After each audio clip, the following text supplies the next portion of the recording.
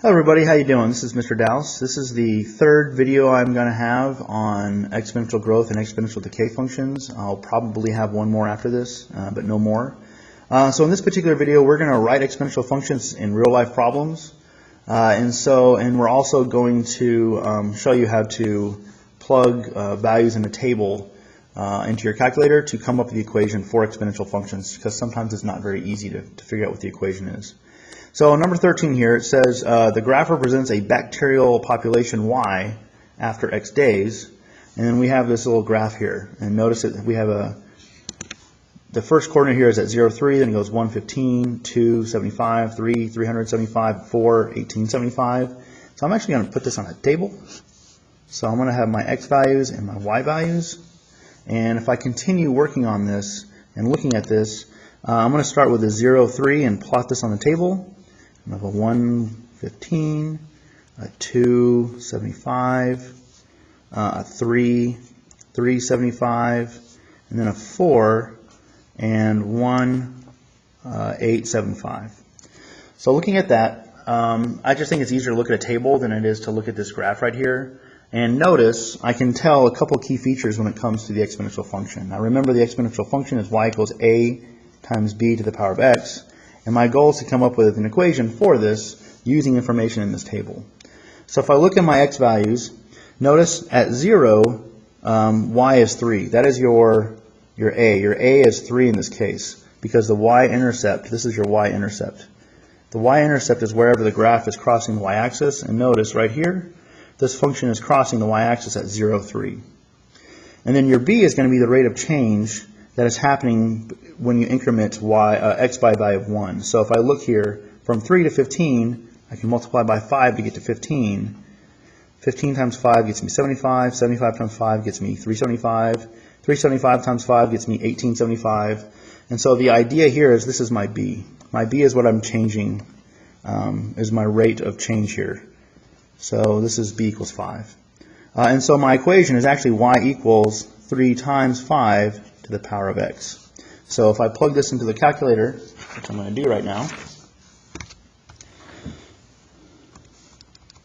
so 3 times 5 raised to the power of x, and I were to look at my table, notice my table goes to, what is this? This is 0, 3, and then I have 1, 15, 2, 75, 3, 375, and 4, 1875.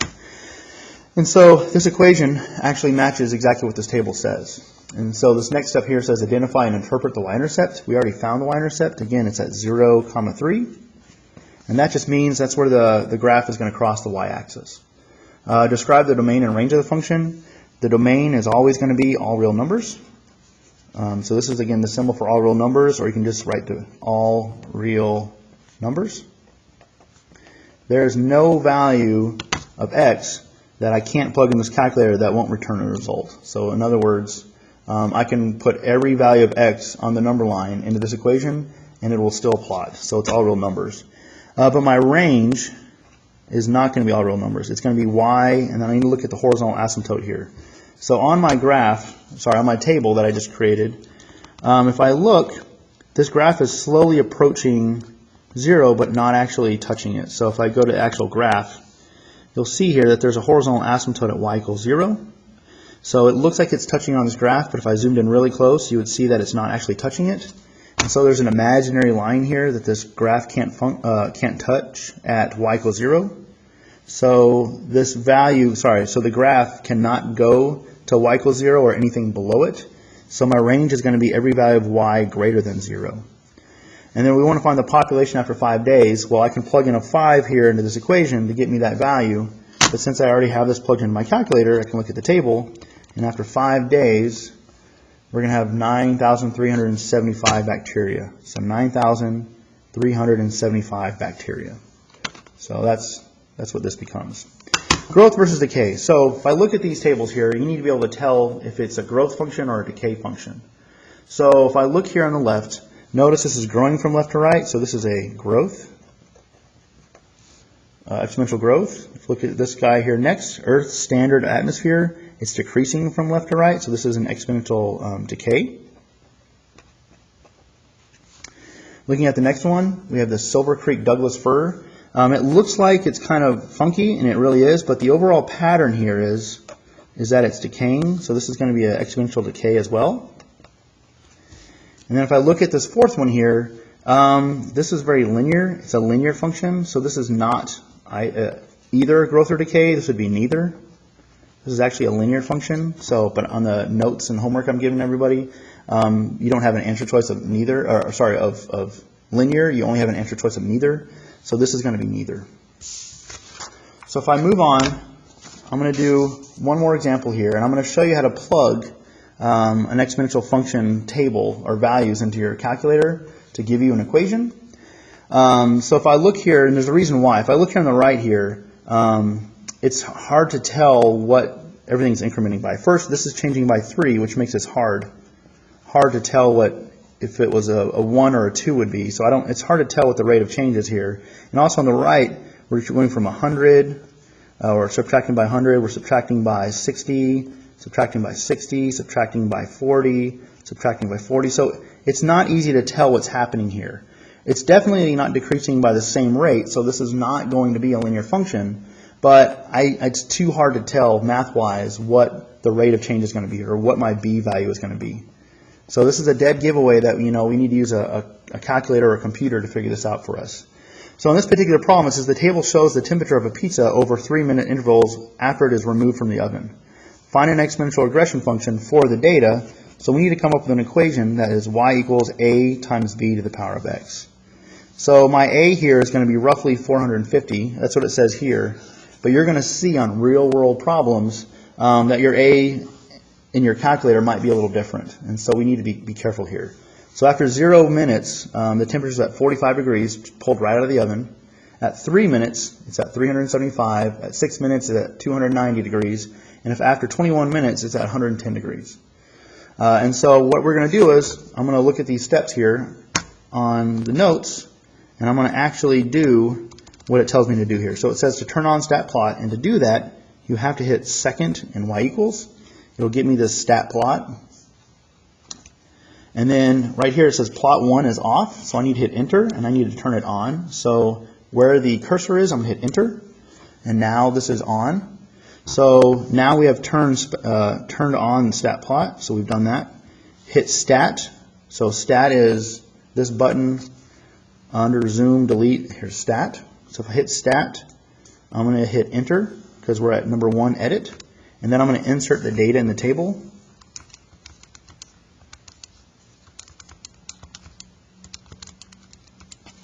So I've got my x values in for L1. L2, I'm going to put in the y values.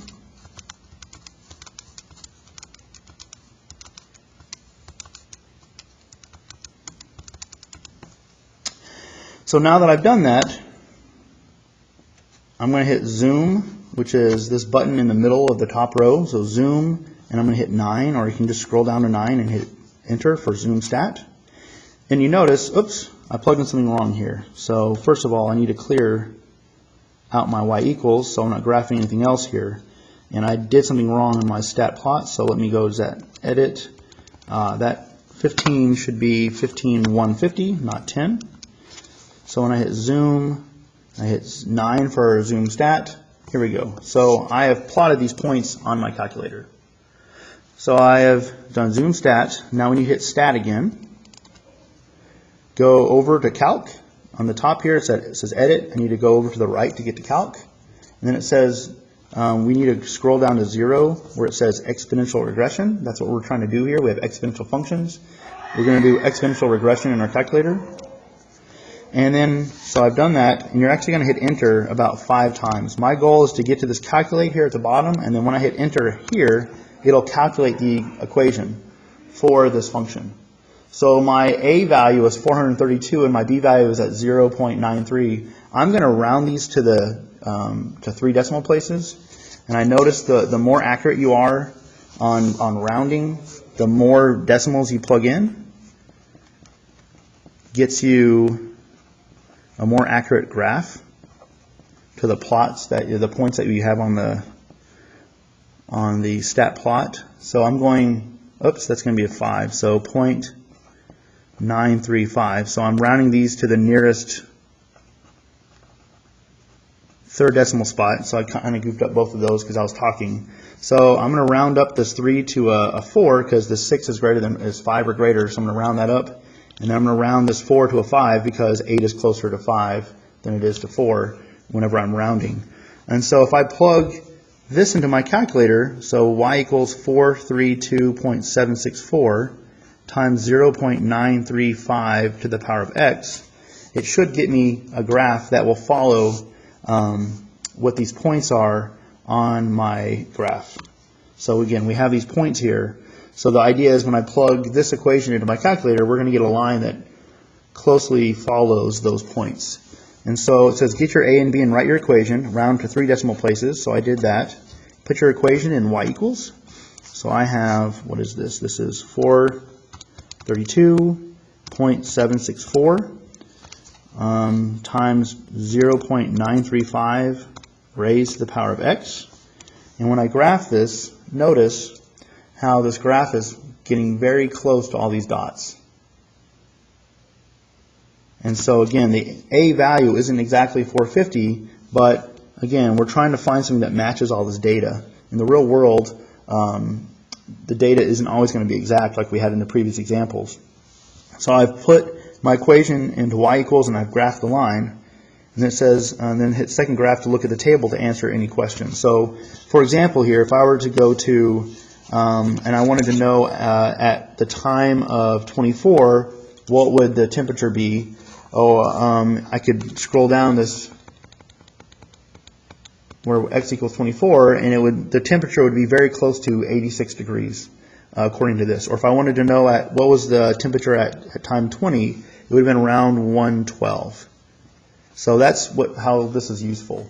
Not only can you come up with an equation for this data, but you can also find additional times on here or additional information on here given this equation that the table doesn't really give you.